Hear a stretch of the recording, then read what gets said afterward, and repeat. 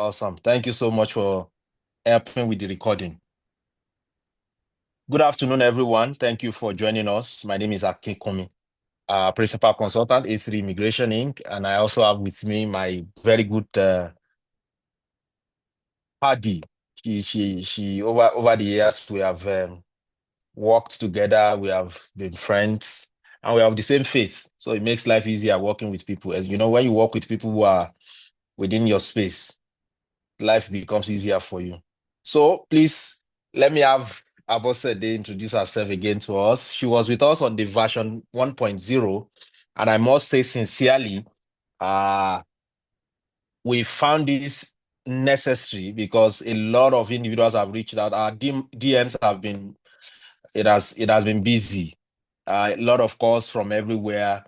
Individuals saying, no, we wanted to join the last time with well over it was beyond our capacity to take in based on the on our platform that was used the last time. And so a lot of individuals came back and say we're not able to. By the way, we had that published on our YouTube channel.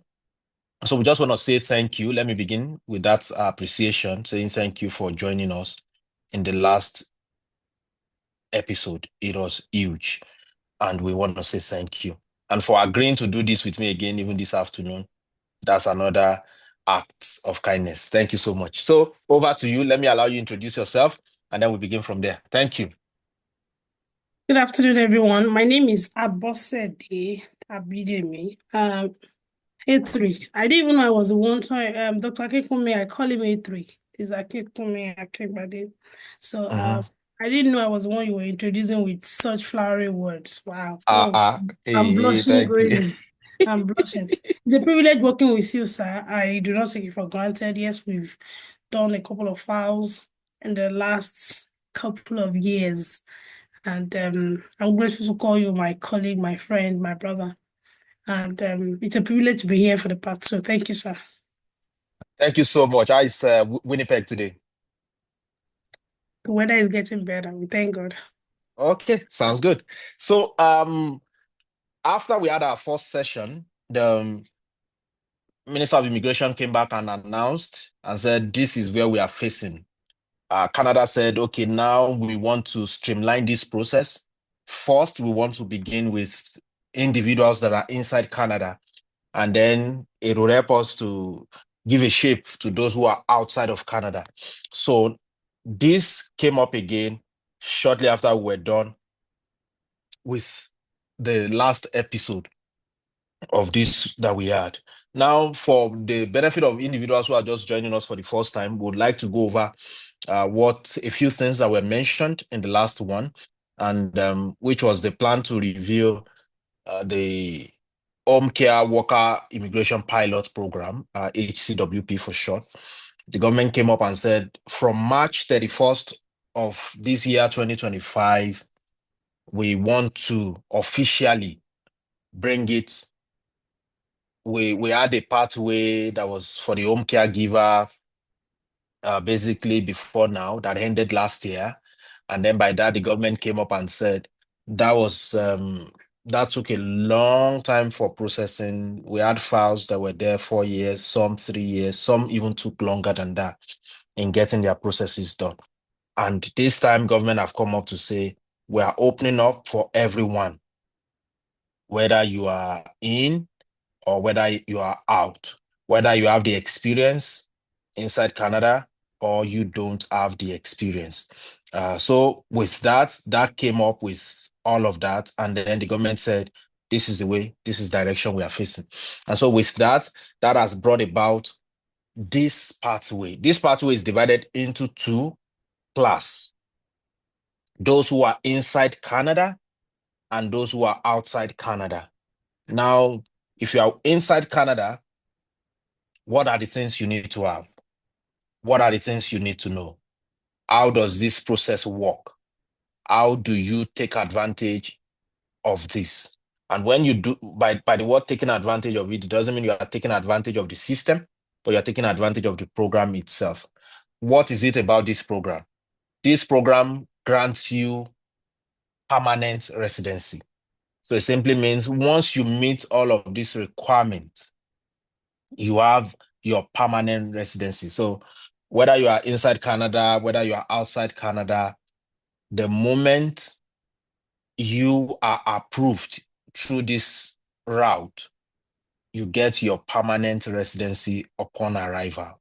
If you are outside and if you are inside Canada, then you become a landed permanent resident. So that's what this program is all about. And we also took time to look at what the requirements were if you are looking to come in to Canada through this pathway.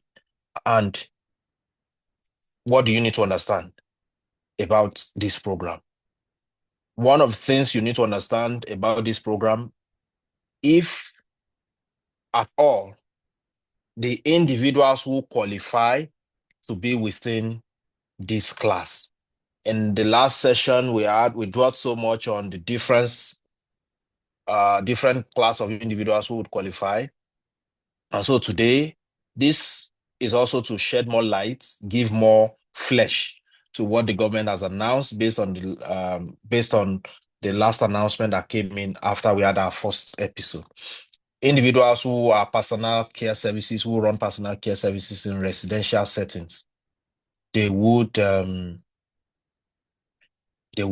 qualify to be in that class. And so the personal care support individuals in residential settings. So this can be classed as individuals. So you have an uncle, you have an aunt, you have a friend, you have institutions, organizations who needs or requires your service. They can issue you. The first requirement is you must have a full-time job offer from that home care.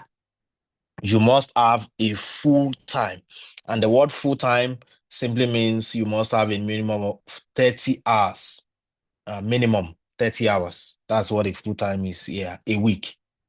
That means the letter must contain that Mr. X or Miss Y or whatever or whoever is coming in through this pilot program, and I'm offering this person a 30 hours full-time role.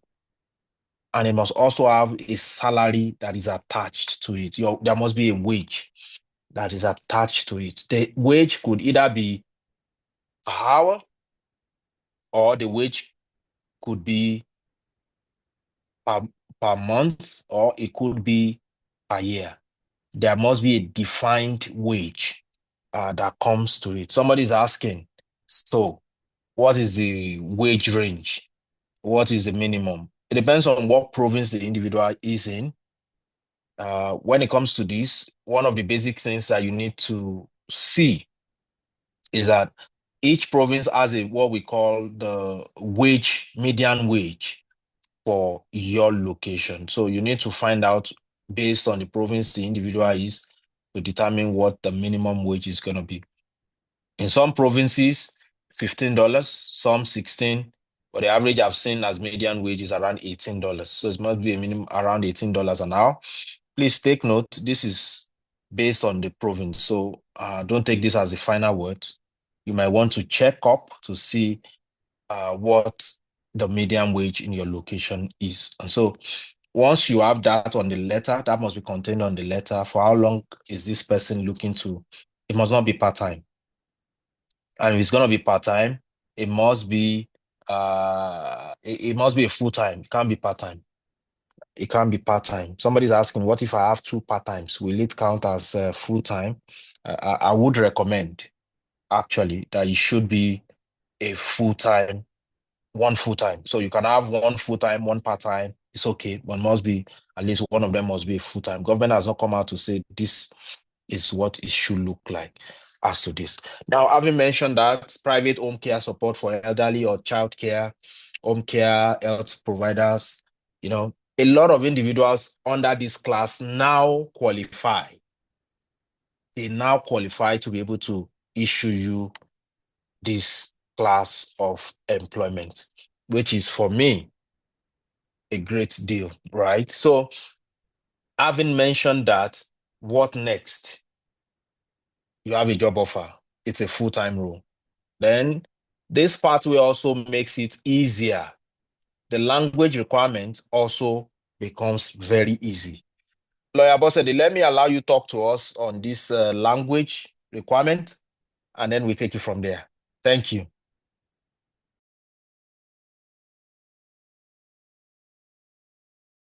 You are muted in case you are talking to us. Okay, can you hear me now? Yes, please. If you see my eye going these ways, because I'm looking at the slide on another computer. Okay.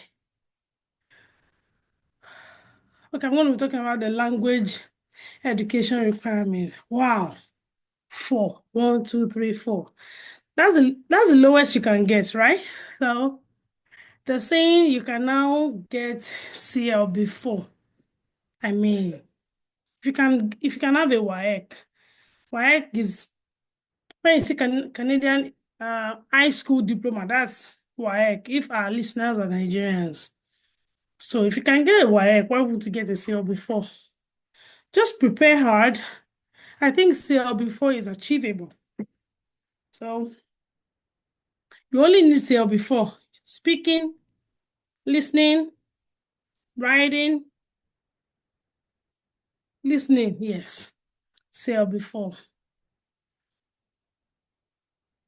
If you're really interested in coming through these routes, please.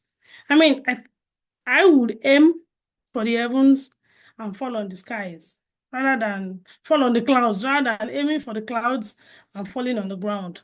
I would aim for a 7, and if I get a 4, so be it. But do not say, oh, I'm aiming for 4, then you not get 2. That would be too bad. But for me, if you ask me, based on experience and this work that we do, I think 4 is the lowest you can get. So I think 4 is okay. That's that on the language requirements. Give it your all. English test, be it IELTS, be it CELPIP, it's not cheap. It's very expensive to write the English test. So why don't you give it your all? Get a very good score. Something better than 4. We don't know what opportunities might open tomorrow again in another area, on another part. I would say, oh, you need a CLB6. So aim for a 6. Get a 4, you get a 4. That's still fine. Dr. Akingbade, am I done? You want to talk about the education? The prior education. Okay, yeah. So if you have WAEC is fine. If you have any educational degree higher than WAEC, get it assessed. For instance, some persons were asking that they did not know that you could do education credential assessment, ECA, what you call WES, that they did not know that WAEC was WESable. Oh yeah. WAEC is very, very WESable. In fact, WAEC is aware that there's something called WES now. So in case you went to a college and you had OND or you had HND, I'm using words common with Nigerian education. So if we have listeners who are not Nigerians, forgive me. There's some colleges that issue diploma degrees, and maybe for one thing or the other, you do not have your diploma degree, diploma certificate or college certificate ready. Do not be discouraged. Your WAEC is fine. Your high school diploma is all well and good, but make sure you assess it the Canadian way.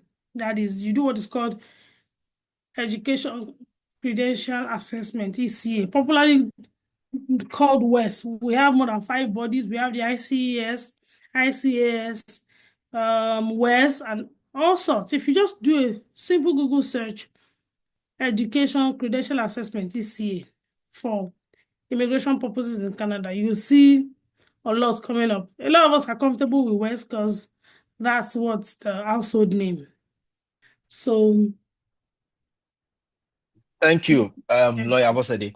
Now, just to add to what she has said, for individuals who schooled, because we have a varied range of audience, for individuals who schooled in Africa, I'm aware that West does not evaluate some schools, but you can try other documentations.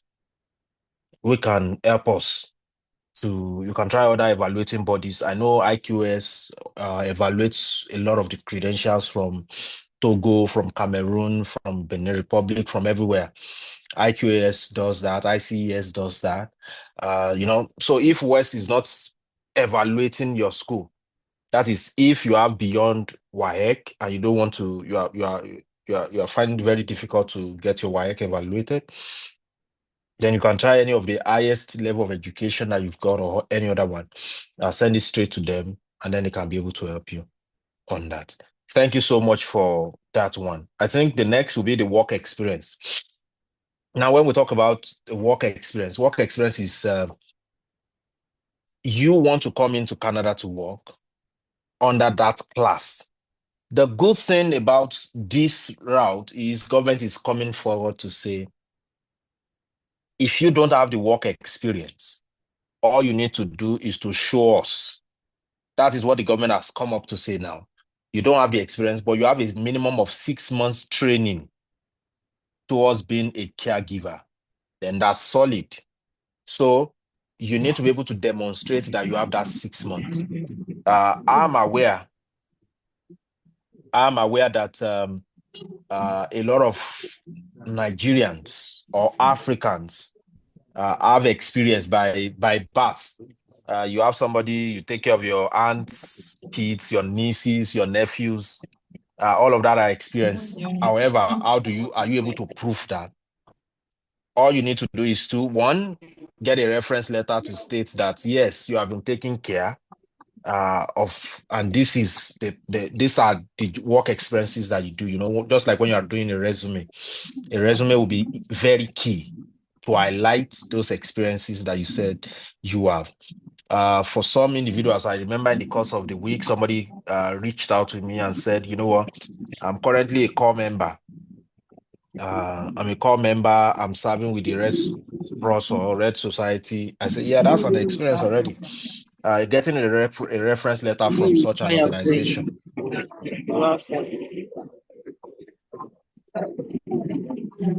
Uh, uh, Please, I don't know if this individual can be muted. Briggs, I don't know if that individual can be muted, please. So having a work experience accepts us but you need to be able to prove that.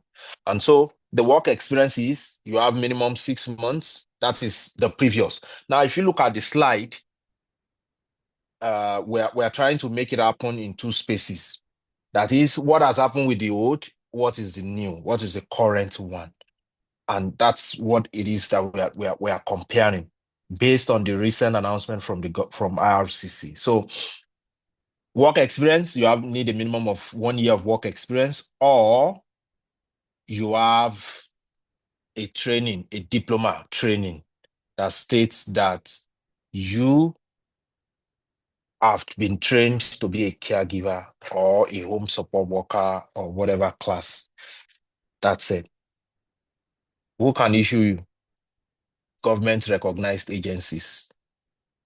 Those are the individuals who qualify to issue you such diploma trainings. Because I'm seeing a lot online recently where uh, individuals just come up to say, yes, we too, we have, and then you look them up.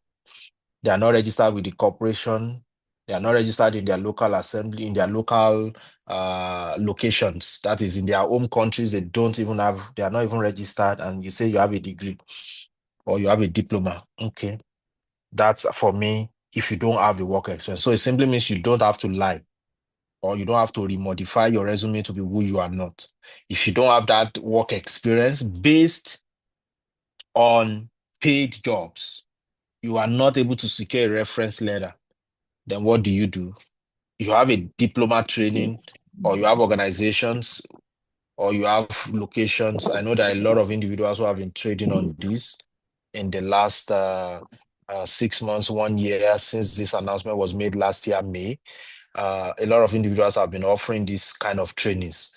1 month of training is not equivalent to 6 months. It must be 6 months. I hope you also take note of that. Thank you so very much. So the next one is I'm seeing a lot of questions which I No, will take time. Dr. Akin, before you Yes, proceed, yes, please. That explanation seems not too clear, even to me. So here's my Okay. question. Someone called me in the course of the week and I'm going to raise their question. I have told them to join this call. If they do not join this call, they know how much I'm going to charge them for consultation. So the person says, I've got a niece who's the last one Mm-hmm. of the family. All the remaining siblings are married. She practically raised her nieces and nephews before coming to Canada. She's in Canada on postgrad work permits, having completed school, working. And all this person ever did in Canada also was personal support work. But the number of years of experience in Nigeria was done for family, was I don't know if I should call it volunteering or innate because you were born into that environment. So who gives you a letter in that kind of situation? Let's assume the person is here as a visitor and does not have opportunity to work and get get experience as a care worker, but this person has actually cared. In fact, the person actually lost their dad to diabetes, and she took care of the dad in his sick moment before he passed. So how does this person get evidence across to Canadian immigration that, oh, I've got this experience, it can't be taken away from me, although not paid? Could you answer that? I'm sorry, I'm the one asking you a question. Okay. Thank you for asking me this question. You're muted. You're muted. You're muted, sir. Okay, sorry. Thank you for asking me this question. Yes, part of the things the government has come up to say this year, based on the last announcement last week, was that for individuals who are even inside Canada who do not have status, that means you are here on a visitor's visa. You are on any of you do not have a status. You know what having a status means, a lawyer. So if you do not have a status, you are inside Canada. Government is saying there is a pathway also for you.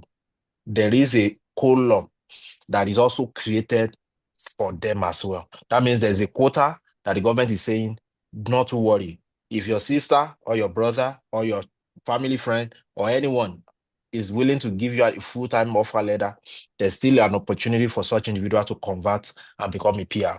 That's the only policy, that's the only clause right now for anyone who is inside Canada to be able to. I hope that makes sense. I hope that answers your question. Does It that does summarize all not. the question? No, it does No. not. It addressed Okay. a part. So this Okay. So, person has experience from back in their country, mhm. but we're not paid. But when the IRCC is asking us for experiences, is it paid experience? Can we claim unpaid experience as experience? Okay. So, when it comes to work experience, that's the part when it comes to work experience, what gives you that experience is ability for you to prove that you have it.